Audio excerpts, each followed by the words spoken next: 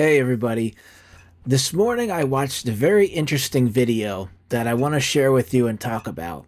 I know a lot of people believe that in the end times a third temple is going to be built.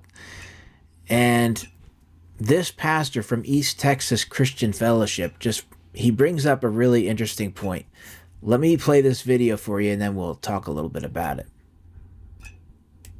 Rethink the book of Revelation. I want to read just a couple of places in Revelation. I have been forced to rethink the book of Revelation. I want to read just a couple of places in Revelation. Verse 3, 1-3. Blessed is he who reads, those who hear these words of prophecy and heed them which are written, for the time is near. Verse 11 is where it's going to say, I've written this book and send it to the seven churches, which meant this letter of Revelation was not written for future generations. It was written to the seven churches in that generation. Now, this is not only that, but in verse 7 it says, behold, he is coming with the clouds, and every eye will see him, and those who pierced him, and all the tribes of the earth will mourn over him. Even so, amen. The word coming in the Old Testament is used over and over for God coming into his creation, either for blessing or judgment. A good one would be Isaiah 19:1, where God comes against Egypt, but with a foreign army. God's coming is often characterized as him using foreign nations to judge his people because of their unfaithfulness. Do you mean the coming of Jesus in the clouds of heaven may be a cryptic way of referring to God using the Roman army to defeat apostate Judaism? Judgment on those who pierced him. That's not the Romans, friends. That's the Jews. See, in your mind, if you're a dispensationalist, I'm already a heretic. Because you think the New Testament's about Israel, and I assure you the New Testament's about Jesus. And people say, well, the modern state of Israel shows fulfilled prophecy. You show me a prophecy in the Old Testament where a secular, unbelieving, unrepentant, unresponsive Judaism is the inheritor of the promises. Israel's a great ally. I have no problem with it being an ally in a democracy. But when you say they are fulfilled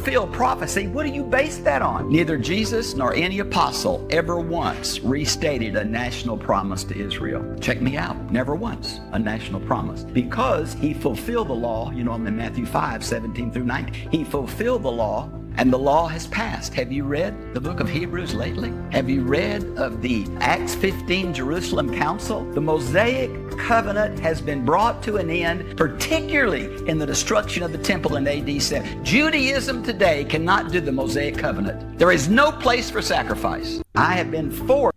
Okay. So there's a lot to unpack in this short video. And I'm not going to talk about all of it because it's just way too much. And I honestly would have to take notes and prepare to talk about all this stuff. But the only thing I'm going to address in this video is, for now at least, is Israel. Because there's this, and I'm guilty, it's not a guilty thing, but I've done this too. That I've always made this separation between Israel and Christ and Christians and Jews. And I think that's where we get tripped up, because we don't realize that Jesus Christ is the fulfillment of Judaism. He is the fulfillment of Jewish prophecy. There was never any separation. Some say that Jesus is Israel, that the followers of Jesus Christ are Israel.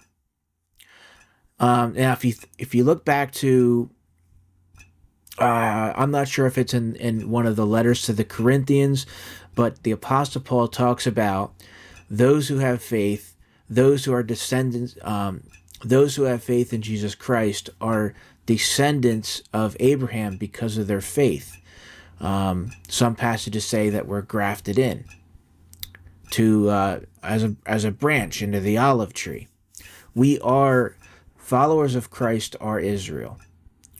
So with that being said, as this pastor from East Texas Christian Fellowship has stated, none of it makes sense. Why would a third temple be built? Why would the Lord permit a third temple to be built when the temple was destroyed in 70 AD?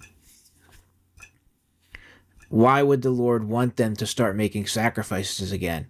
Let me kind of put it to you this way for it to make sense. In Judaism, if a priest were to offer a sacrifice to Jehovah God, our God, it's like slapping him in the face or spitting him at him in the face, because it's basically saying, without saying it, that sorry, the sacrifice of your son Jesus Christ on the cross wasn't good enough.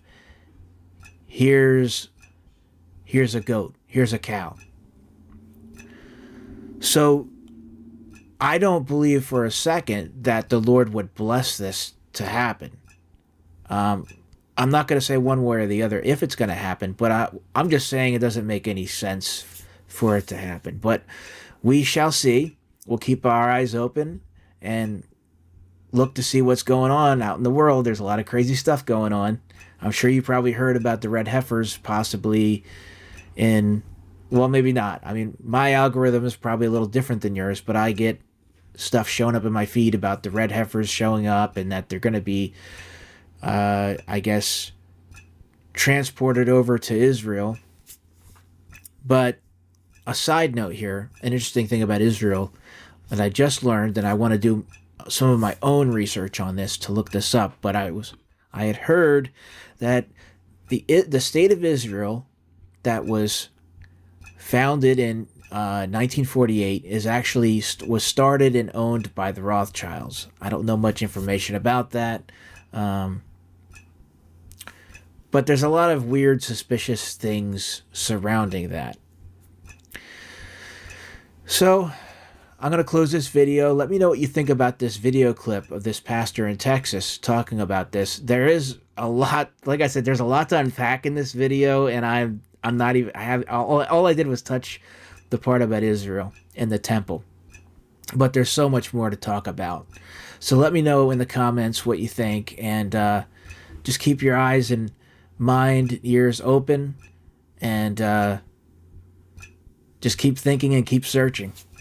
All right. I'll see you guys in another video. Take care and God bless.